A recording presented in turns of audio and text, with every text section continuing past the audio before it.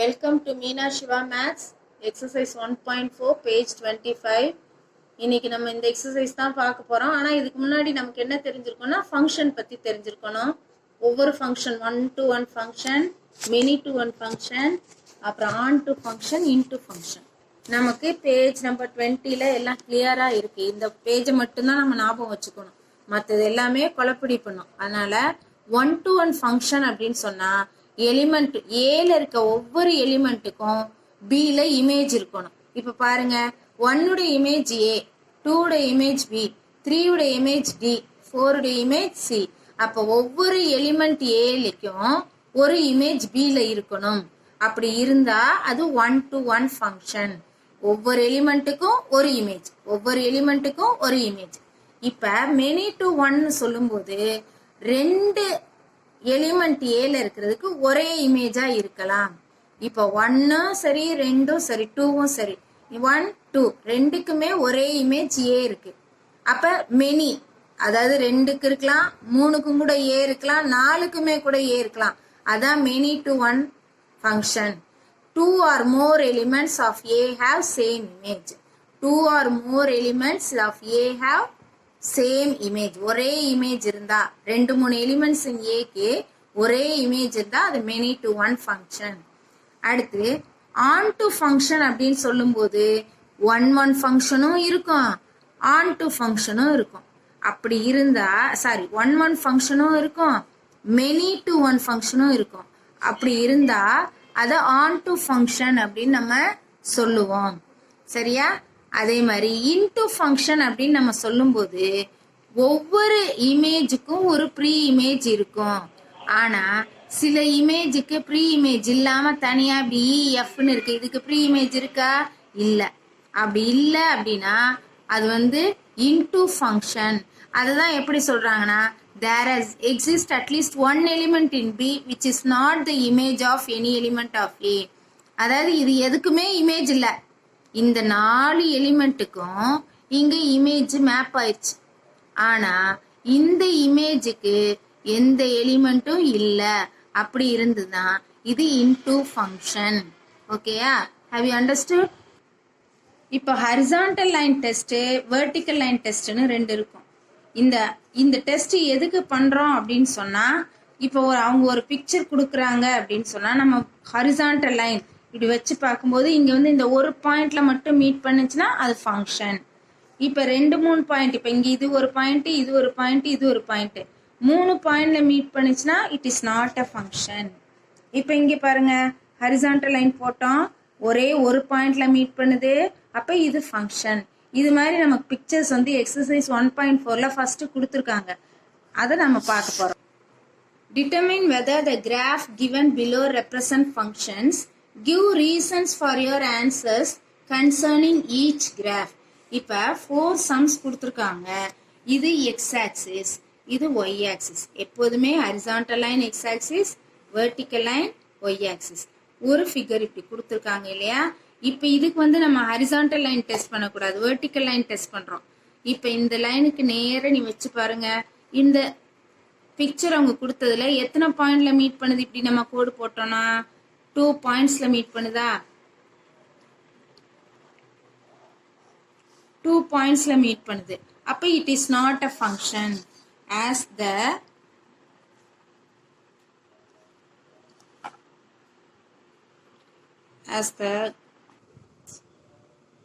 as the vertical line touches the curve in 2 points, it is not a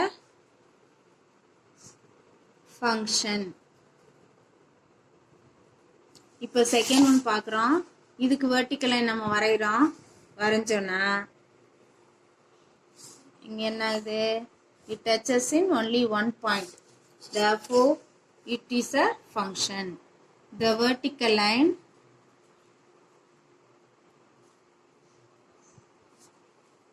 touches the curve in one point, P pt na point, therefore it is a function. இங்கேயும் பாருங்க 2 points, 2 pointsல 1 2 3 pointsல meet பண்ணுது. அப்ப it is not a function. நீங்க அதே reason எழுதலாம். As the vertical line touches the curve in 3 points, it is not a function. இங்க பாருங்க எத்தனை பாயிண்ட்ல டச் பண்ணுது, ஒரு பாயிண்ட்ல தான் டச் பண்ணுது இல்லையா.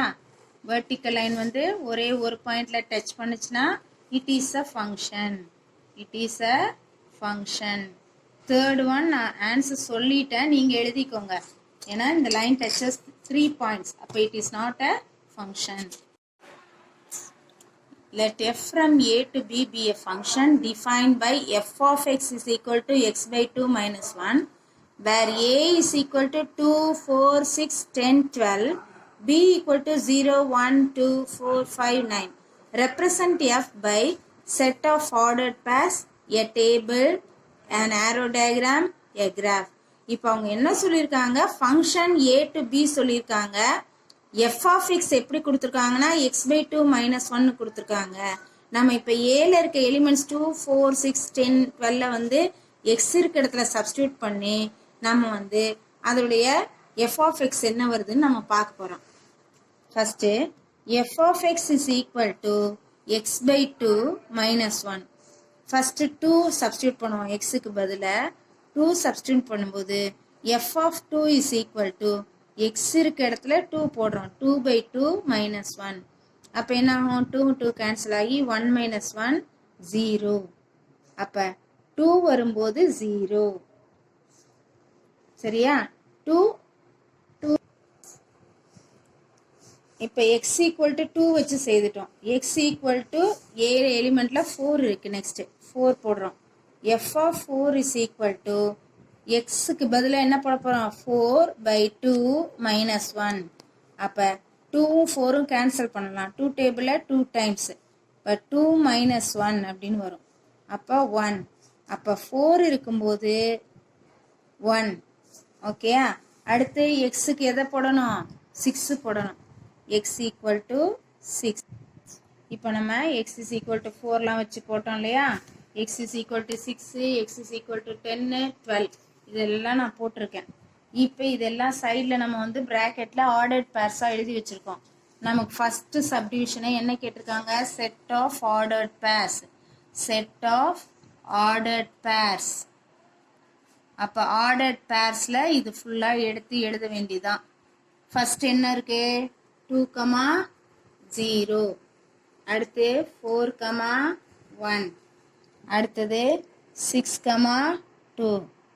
அடுத்தது 10, 4. அடுத்தது 12, 5. இது செட் ஆஃப் ஆர்டர்ட் பேர்ஸ். அடுத்தது நமக்கு டேபிள். செகண்ட் வந்து டேபிள். ஃபர்ஸ்ட் வந்து செட் ஆஃப் ஆர்டர்ட் பேர்ஸ் முடிச்சிட்டோம். டேபிள் ஃபார்மில் எழுதணும்.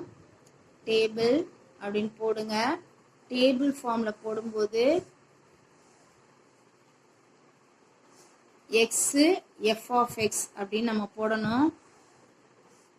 எக்ஸு 2ஆக இருக்கும்போது எஃப் ஆஃப் எக்ஸ் வந்து 0. எக்ஸு 4ஆக இருக்கும்போது எஃப் ஆஃப் எக்ஸ் 1. எக்ஸு 6ஆக இருக்கும்போது f of x 2. Now table form முடிஞ்சிச்சு. தேர்ட் ஒன் வந்து an arrow diagram. arrow diagram. இந்த சப்டிவிஷனாக அழகாக செய்யணும். ஏன்னா நமக்கு இது வந்து 5 மார்க்ஸ் நம்மளை கேட்பாங்க. ஆரோ டயக்ராம் போடையில நம்ம இப்படி போடணும். 2, 4, 6, 10, 12.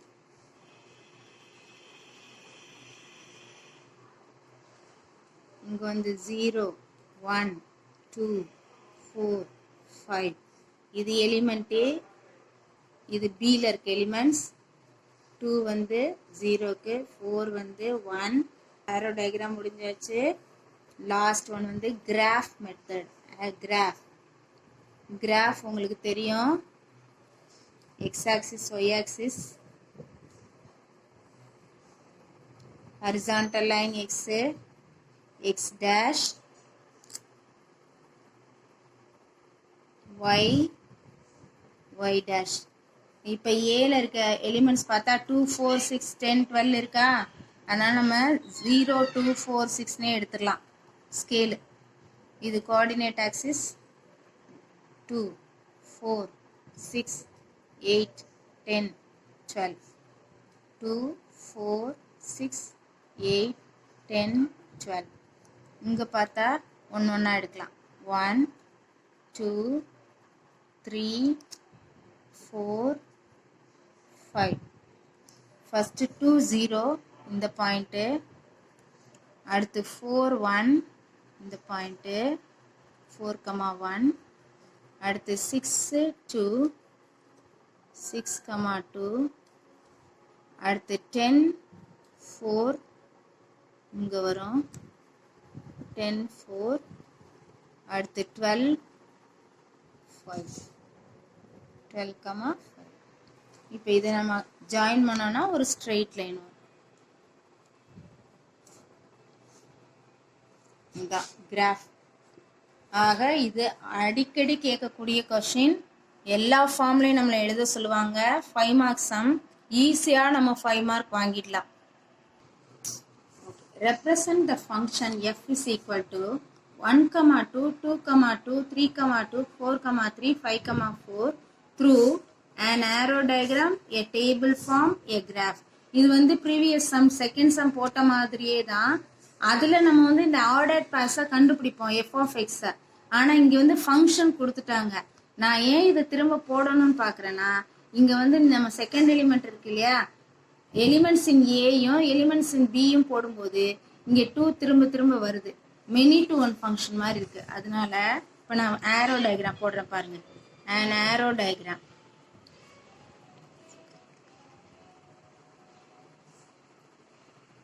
அப்படி போடும்போது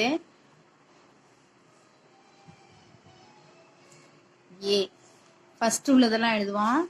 1 2 3 4 5. செகண்ட் பியில் எழுத போகிறோம். 2 ரிப்பீட்டடாக வருது 3 இடத்துல. அப்போ நம்ம 3 தடவை எழுதக்கூடாது, ஒரு தடவை தான் எழுதணும். 3 4. அப்போ 1க்கு இமேஜும் 2 தான், 2க்கு இமேஜும் 2 தான், 3க்கு இமேஜும் 2 தான். அதாவது மெனி டு ஒன் ஃபங்க்ஷன் மாதிரி வந்துடுது. அப்புறம் 4 3 5 4. இது ஏரோ டயக்ராம். நெக்ஸ்ட் வந்து டேபிள் ஃபார்ம். டேபிள் ஃபார்ம் போடுறோம். டேபிள் ஃபார்ம் போடும்போது நான் சொல்லியிருக்கேன் எப்படி போடணும். X f of x, x f of x. இப்போ இங்கே வந்து நம்ம என்ன பண்ணக்கூடாது, 1 2 அந்த ஆர்டர் பேரில் இருக்க மாதிரியே போட வேண்டியதான். 2 2 3 2 4 3 5 4. Next last a graph. A graph. Graph உங்களுக்கு தெரியும், x axis y axis. x x dash, y y dash. இங்க வந்து 1 2 3 4 எழுதலாம். 1 2 3 4 5. 1 2 3 4 5. 1 2 2 2 தான், 3யும் 2 தான், 4 3 5 4. அதாவது அந்த லைன் இப்படி வரும். That's all. ஓகே, நம்ம வந்து நெக்ஸ்ட் அடுத்த எல்லா ப்ராப்ளம்ஸும் பார்க்கலாம்.